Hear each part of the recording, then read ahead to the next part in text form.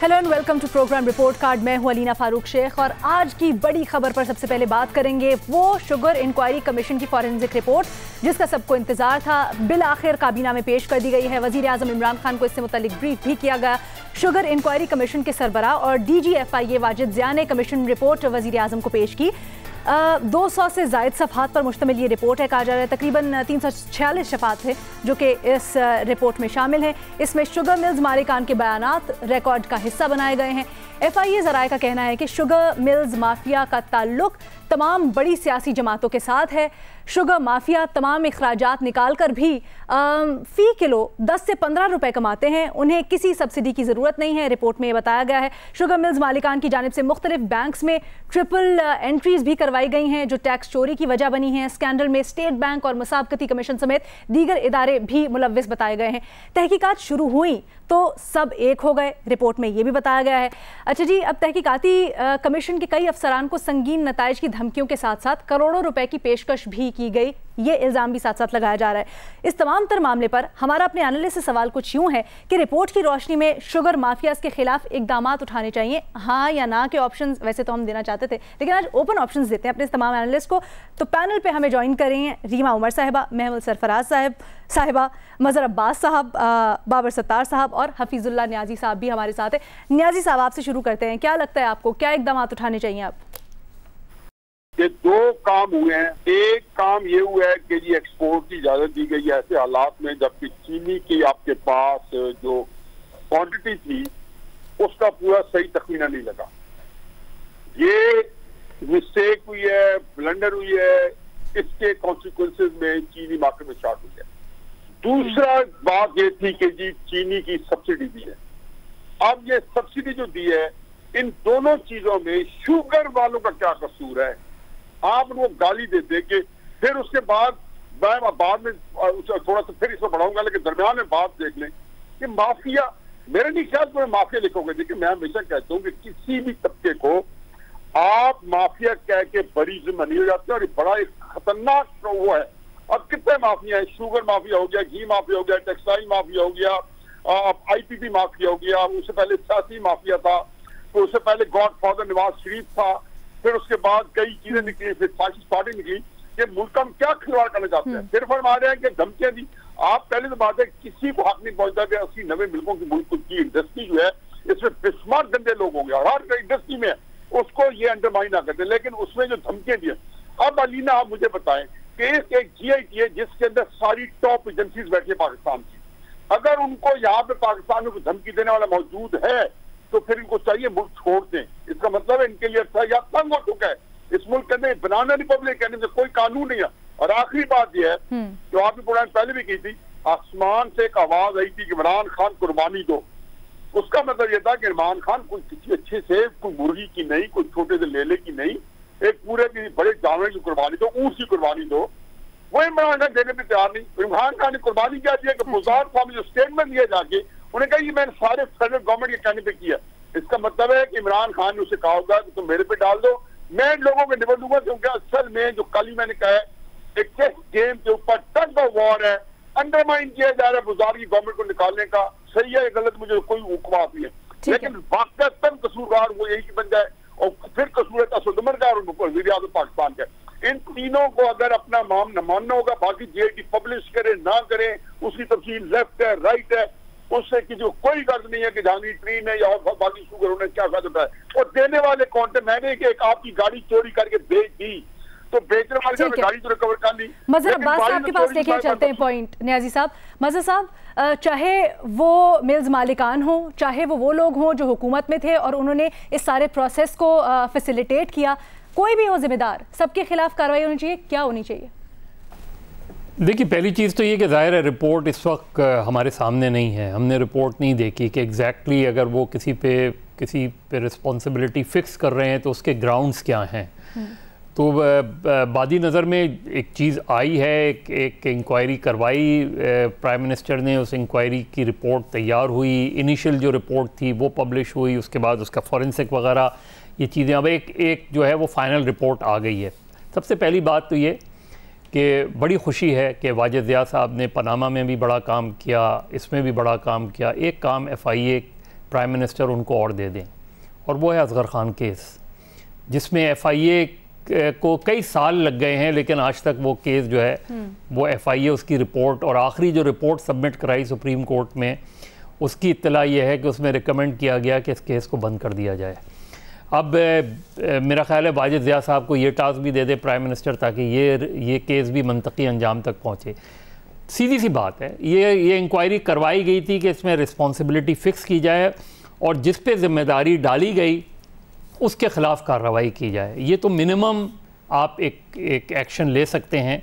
अब वो कार्रवाई की नौइयत क्या है वो डिपेंड करता है कि बुनियादी तौर पे अगर कोई इल्लीगल और क्राइम कमिट हुआ है तो उसकी नौइयत कितनी है, उसके मुताबिक कानूनी कार्रवाई की जाए, और जितनी तेज़ी से ये रिपोर्ट फाइनल हुई है उतनी तेज़ी से ट्रायल हो और उतनी तेज़ी से सज़ा हो।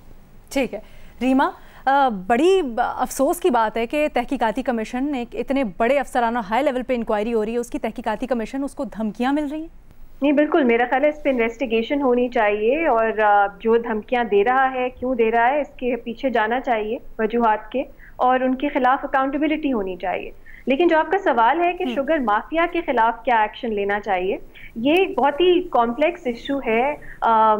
किसको शुगर मिल लगाने की इजाज़त है पाकिस्तान में, चीनी की कीमत किस तरह डिटर्मिन होती है, किस तरह की सहूलत दी जाती है इस इंडस्ट्री को। बहुत से स्कॉलर्स ने इस पे काम किया है, डॉक्टर अदील मलिक हैं ऑक्सफर्ड में, उन्होंने बहुत सी तजावीज़ दी हैं, उसको मेरा ख्याल है कंसिडर करना चाहिए। लेकिन जैसे न्याजी साहब कह रहे थे, मेरे लिए भी ज़्यादा अहम सवाल इस वक्त ये है कि जो लोग हुकूमत में हैं, जो इस माफिया को फैसिलिटेट करते हैं, उनके खिलाफ क्या एक्शन लिया जाएगा। तो जो रिपोर्ट में उनका रोल जब सामने आएगा तो मेरा ख्याल है बहुत सी ऑप्शंस हैं, उसके अकॉर्डिंगली उनके खिलाफ क्या एक्शन लिया जाएगा वो ज़्यादा अहम होगा। और जो हुकूमत की अकाउंटेबिलिटी के बहुत ज़्यादा प्रोमिसेस थे दिखाएगा वो कितने सीरियस थे उनके बारे में। ठीक है महमल, आपको क्या लगता है जिस लेवल के हमसे कार्रवाई या फैसले प्रॉमिस किए गए हैं, क्या उस लेवल की हम कुछ देख सकेंगे कि सजाएं मिलेंगी जिम्मेदारों को? देखिए, ये अभी तो मुझे नहीं लगता कि ये देंगे या नहीं देंगे, इसके ऊपर क्या हम कह सकते हैं कि कबल अज़ वक्त है। हुकूमत के दावे तो बहुत बड़े बड़े थे, तो उनको सजाएं तो देनी चाहिए। देखिए, इसमें दो तीन चीजें हैं लीना। पहली चीज तो ये कि शुगर माफिया जो है ये बहुत, यानी कि डेकेड्स लगे हैं इसको, काफी सालों से बना है, यानी 20-30 साल इस चीज को हो चुके हैं। और जो ये आपने बात की कि सियासी, उसके अंदर भी असर और रसूख वाले, और वो हर पार्टी का इन्फ्लुएंशियल बंदा जो है ना वो इसके अंदर माफिया या कार्टेल के अंदर है। असल चीज क्या करनी है कि देखिए, जब तक आप शुगर को मार्केट फोर्सेस से या मार्केट ड्रिवन नहीं करेंगे तो, और एक जो तो फिर और ये इजाजत नहीं देंगे कि जो भी शुगर इंडस्ट्री लगाना चाहते हैं, क्योंकि लाइसेंस गवर्नमेंट देती है, तो और फिर दूसरी चीज ये सपोर्ट प्राइस भी शुगर केन की है, यानी कि गन्ने की बंद कर दे, तो फिर तब जाकर थोड़ी सी जो है इसके अंदर बेहतरी आ सकती है। एक चीज ये भी है कि स्टेट जो है वो एक रेगुलेटर है, तो वो हर चीज पाकिस्तान शुगर मिल एसोसिएशन पे कैसे छोड़ देती है। वो बताते हैं जी इतनी ज्यादा सरप्लस है, इतनी नहीं है, वो बताते हैं प्राइस कितनी होगी, वो बताते हैं हमने जखीरांदोजी की है नहीं की है। स्टेट का अपना फुटप्रिंट किधर है ताकि कोई मैनिपुलेट ना कर सके। लेकिन फिर मैं आखिरी चीज के ऊपर आना चाहूंगी कि बुनियादी तौर पर अगर हुकूमत ये कह रही है कि ये शुगर माफिया का ये कसूर है कि पॉलिसी जो हमने बनाई, जो हमने बेनिफिट दिया, वो शुगर माफिया का कसूर है, तो ये भी गलत है। ठीक है, अब जरूर उस चीज को अपने हाथ में ले, लेकिन अब ये पता, पहले इस रिपोर्ट में असल चीज ये पता करे किसको फायदा हुआ, कौन शुगर माफिया के साथ फोनों पे था, किसके चाचे के अकाउंट में पैसे आए हैं, हुकूमत में से, ब्यूरोक्रेट में से, किसी और में से, फिर आप उसका तयन कर सकते हैं। खाली शुगर माफिया के पीछे इस तरह बगैर किसी चीज के आप नहीं जा सकते। बाबर सत्तार साहब, जब इंक्वायरी हो गई, फॉरेंसिक हो गई, तो बड़ा अच्छा मौका है हुकूमत के लिए कि एक सेट मैकेनिज्म बनाए कि किस तरह से रेगुलेट किया जाएगा, ना सिर्फ इस हुकूमत में बल्कि आने वाले अदवार के लिए भी। देखिए, होना तो यही चाहिए था। समझने की बात यह है, और साथियों ने इस पे बात की है कि ये पूरे की पूरी इंडस्ट्री रेगुलेटेड है, इसका हर एस्पेक्ट रेगुलेटेड है। सो कोई चीज हुकूमत की मर्जी के बगैर नहीं हो सकती, ना रॉ मटेरियल, ना प्राइसिंग, ना कौन ये काम कर सकता है, ना कौन कितना फायदा उठा सकता है। ये सारी की सारी एक्सरसाइज या तो कवर अप के लिए की जा रही है या फिर ये एक विच हंट है। पाकिस्तान में एक बड़ा अच्छा तरीका है कि एक दफा आप कहते हैं जी इसने इतने पैसे बना लिए, उसने इतने पैसे बना लिए, लोग भी इसके पीछे लग जाते हैं, मीडिया भी इसके पीछे लग जाता है। यहाँ स्कैंडल ये नहीं था कि इस इंडस्ट्री में लोग टैक्स एवेजन करते हैं या नहीं करते, ये डॉक्यूमेंटेड है या नहीं। किसी भी आप इंडस्ट्री का उठा के ये फोरेंसिक ऑडिट करने की कोशिश करेंगे, 50 उसमें प्रॉब्लम्स निकल आएंगी। स्कैंडल ये था कि ये पॉलिसी कैसे अप्रूव हो गई एक ऐसे टाइम पे जिसमें प्राइस ऊपर गई, जिस पॉलिसी का इफेक्ट ये था कि प्राइस ऊपर गई और जिसका इफेक्ट ये था कि शुगर शॉर्टेज हुई। यहां से बात स्टार्ट हुई थी। आज आप कह रहे हैं जी ये टैक्स नहीं देता, ये कर रहा है, ये वो कर रहा है। भाई हुकूमत की पॉलिसी थी, फेडरल गवर्नमेंट में कौन रिस्पॉन्सिबल है, पंजाब गवर्नमेंट में कौन रिस्पॉन्सिबल है इसके लिए। उसके बाद बेनिफिशरीज कौन है, जिन्होंने काम किया उनसे पूछना नहीं, जो बेनिफिट है उसके पीछे लगा दें सारों को कि देखें इसने इतना फायदा उठा लिया उसने। तो ये कवर अप है। अब अपनी जिम्मेदारी से हटने वाली बात है। करते रहे आप रेगुलेट, इंडस्ट्री को बेहतर करते रहे। करने की बात तो ये थी ना, कोई ब्लूप्रिंट सामने आता कि जी अब हम इस इंडस्ट्री को कैसे रेगुलेट करेंगे, इस पे तो कोई गुफ्तगू नहीं है। कभी जहांगीर तरीन की बात हो रही है, कभी शहबाज शरीफ की बात हो रही है, कभी मुनीर सलाई की बात हो रही है। भाई यही ड्रामा है ना, यही चल रहा है, यही चलता रहेगा आगे, क्योंकि कोई संजीदा नहीं है रिफॉर्म के ऊपर। ठीक है, ठीक है। और जब हम इस्लाहात की बात कर रहे हैं तो अगला सवाल हमारा इस्लाहात से ही मुतल्लिक है। इलेक्शन जो अगले आने वाले हैं उनके लिए इंतखाबी निज़ाम में क्या इस्लाहात की जाए, एक मुसव्विदा बिल का तैयार किया गया है, उस पर बात करेंगे एक छोटी सी ब्रेक के बाद। हुकूमत ने इंतखाबी इस्लाहात से मुतल्लिक बिल का मुसव्विदा तैयार कर लिया है, जिसके तहत ओवरसीज़ पाकिस्तानियों को वोट का हक देने और 2023 के इंतखाबात में मुकम्मल तौर पर बायोमेट्रिक सिस्टम लाने का फैसला किया गया है। ये जो तजवीज़ करदा बिल है, इसमें सेनेट इलेक्शन में हॉर्स ट्रेडिंग को रोकने के लिए इकदामात की निशानदेही की गई है। बिल में सेनेट इलेक्शन वज़ीर आज़म के इंतखाब के तर्ज पर कराने की तजवीज़ पेश की गई है। इस तमाम तर मामले पर हमारा सवाल अपने एनालिस्ट से कुछ यूँ है कि जो मुसव्विदा तैयार किया गया है, सेनेट इलेक्शन वज़ीर आज़म के इंतखाब के तर्ज पर करवाने की तजवीज़ पेश की गई है, इसमें क्या ये तजवीज़ दुरुस्त है, हाँ या ना के ऑप्शन है हमारे एनालिस्ट के पास। मज़हर अब्बास साहब।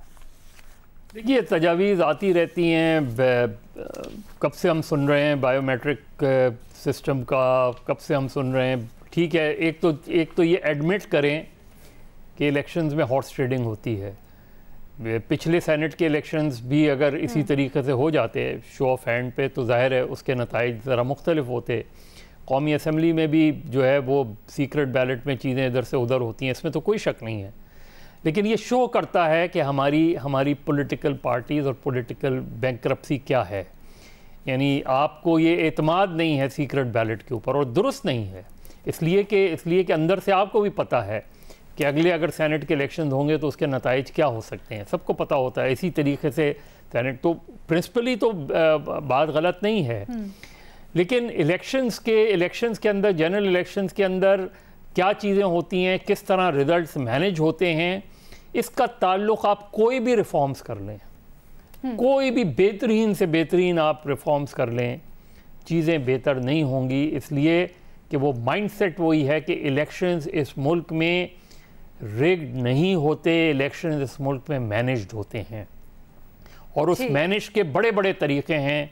हमने देखा है कि कराची में, और वो इलेक्शन से तकरीबन 6 महीने पहले सिलसिले शुरू होते हैं, किसको उठा के किधर फेंकना है, किसको उठा के कहाँ फेंकना है, कौन से नए ग्रुप खड़े करने हैं, कौन से पुराने लोगों को इधर उधर करना है, किसको नैप के ज़रिए विचरण करनी है, किसको आर्म्स ट्विस्ट करने हैं।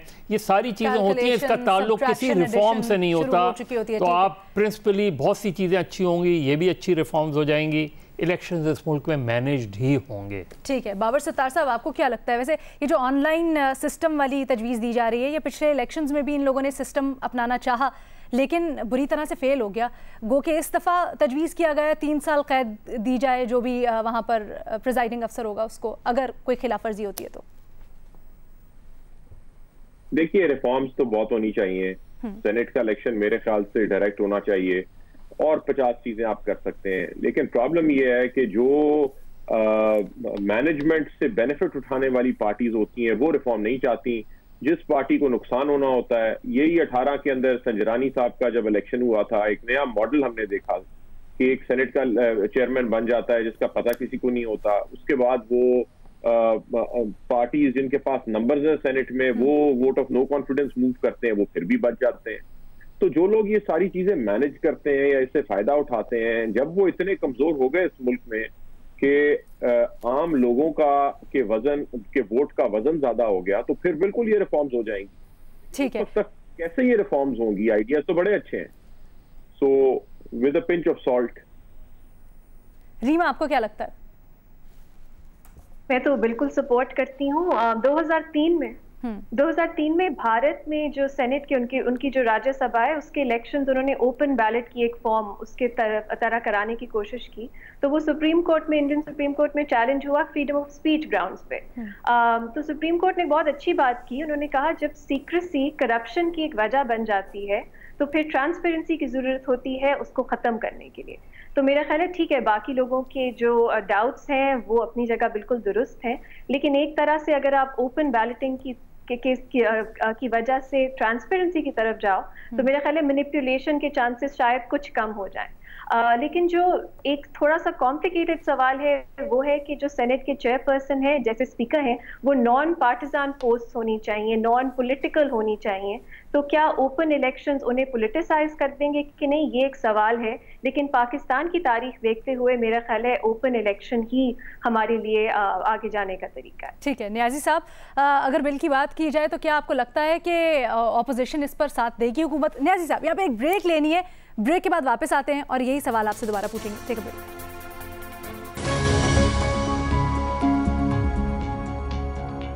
हम इंतखाबी इस्लाहात और जो मुजव्वज़ा बिल है इस सिलसिले में उसकी बात कर रहे हैं। जो तजावीज़ पेश की गई हैं उनमें यह भी कहा गया है कि जी सेनेट का इंतखाब है उसको वज़ीर आज़म के इंतखाब की तर्ज पर करवाया जाए, शो ऑफ हैंड से करवाया जाए। महमल, आपसे पूछना चाहूँगी, अगर हम जनरल इलेक्शंस की बात करें तो बायोमेट्रिक सिस्टम कहा जा रहा है कि जी अगले इलेक्शंस में होगा, उससे पहले गिलगित बल्तिस्तान में इसका तजर्बा किया जाएगा। क्या समझती हैं किस हद तक ये अच्छी तजवीज़ है और क्या ये काबिल अमल है पाकिस्तान के लिए खुसूसन? देखिए रीना, असल में मैं वैसे तो हालांकि I don't have a problem with secret balloting in the sense कि एक सैंक्टिटी ऑफ वोट है, अगर लोग करना चाहते हैं कि आपको पता है कुछ चीजें होती हैं, लेकिन मैं इसलिए कहूंगी कि तजवीज़ दुरुस्त है। अगर आपने वोट करना है अपनी पार्टी के उससे हटकर तो फिर आपने इतनी इखलाकी जुर्रत होनी चाहिए कि आप फिर सामने आकर बताएं। जिस तरह अगर आपको याद हो जब बिल क्लिंटन की वो होनी थी इम्पीचमेंट, तो जब डेमोक्रेट जो थे वो खुल के सामने भी आए थे जो उसके खिलाफ गए थे कि जो चाहते थे कि उनकी इम्पीचमेंट हो, तो फिर आप भी उस तरीके से करें। तो मेरे ख्याल में इस वजह से मैं, हालांकि मैं कोई इतने वैसे ओपन बैलेट में मैं समझती सैंक्टिटी ऑफ वोट इनका ठीक है, बट पाकिस्तान जैसे मुल्क में मेरे ख्याल में ओपन बैलेट इनको इवेंचुअली इनको करना पड़ेगा। अदरवाइज जिस तरह सेनेट के इलेक्शन में हुआ था कि वहां पे या तो 50 कहते ना सिर्फ हमने ही वोट देना, ठीक है, बाकी जो 10-12 थे जिनका आइडेंटिफाई नहीं कर सके, या तो वो खुल के सामने आकर कहते ना हमने नहीं देना पार्टी के साथ अपनी वोट और हम देंगे संजरानी साहब को। तो इखलाकी जुर्रत भी नहीं है यहाँ किसी ने। देखें जी, मसला से यहाँ पे क्राइसिस ये है कि पाकिस्तान के अंदर कोशिश ये कर रहे हैं कि सेनेट के इलेक्शन के अंदर जो तूफान बदतमीजी मचा था वो रिपीट ना हो। ये असल में नीयत है कि किसी तरीके से वज़ीर आज़म की तरह ओपन शो ऑफ हैंड हो जाए ताकि ना पता चले कि कौन मक्कारी कर रहा है, कौन कुछ धोखा दे रहा है, कौन झूठ बोल रहा है और कौन से रास्ते पे है। मैं सिर्फ एक छोटी मिसाल देता हूँ, ये मर्जी जो इजाद कर दें, जिन्होंने कारीगरी करनी है, जो इन्होंने पाकिस्तान के अंदर फने तामीर से वाकिफ है, इंजीनियरिंग से वाकिफ है, वो कोई ना कोई तोड़ निकाल लेंगे। 80 की दहाई के शुरू में जब अमेरिका था तो वहां पे स्पीड थी, तो उसके लिए बहुत हर किस्म के रेडार डिटेक्टर्स होते, स्पीड गन्स होती थी, कैमरास लगे होते थे। एक रेडियो शेक इलेक्ट्रॉनिक की दुकान थी, तो वो हमेशा उनको तोड़ दिया करती थी। उधर से वो कोई पुलिस वाले कोई रेडार लगाते थे, वो उसको रेडार डिटेक्टर का तोड़ दे दिया करते थे। आप कुछ बना लें, जिन्होंने पाकिस्तान के अंदर मैनिपुलेशन करनी है, जोड़ तोड़ करना है, पाकिस्तान के निजाम को प्रोपेगेंडा करना है, वो कोई ना कोई तोड़ निकाल लेंगे। खातिर जमा रखें, चुनाचे नियत से मुझे कोई शुबा नहीं है। हो सकता है कि सारी पार्टी दिलजमई से जानती हो, लेकिन असल में जो बंदे ऑर्केस्ट्रेट करे पाकिस्तानी सियासत को, आया वो इसके काबू आएंगे? मेरा जवाब है नहीं आएंगे वो काबू, क्योंकि वो सारी जो मावराए आइन हुआ करती है ऐसी चीजें, इनका कोई आइन से तल्लक नहीं होता, आइनी तरमीम से या किसी और चीज। ठीक है, बहुत शुक्रिया नियाज़ी साहब। प्रोग्राम का वक्त हमारे पास ख़त्म हो गया आज, तो आपसे गुजारिश सिर्फ इतनी कि ईद मनाएं, खुश रहें, खुशियां बांटें, लेकिन कोशिश करें कि इस दफ़ा सादगी के साथ हो। सर्कमस्टेंसेस इस दफ़ा मुख्तलिफ है, तो जो लोग बीमार हैं उनके लिए दुआ करें, जो लोग हम में नहीं रहे कोरोना की वजह से उनके लिए दुआ करें और कोशिश करें कि जितना अपनी जो स्पेंडिंग है उसको महदूद किया जा सके वो हो। इस मैसेज के साथ अपना बहुत ख्याल रखिएगा, एहतियात कीजिएगा कोरोना के खिलाफ। अल्लाह हाफ़िज़।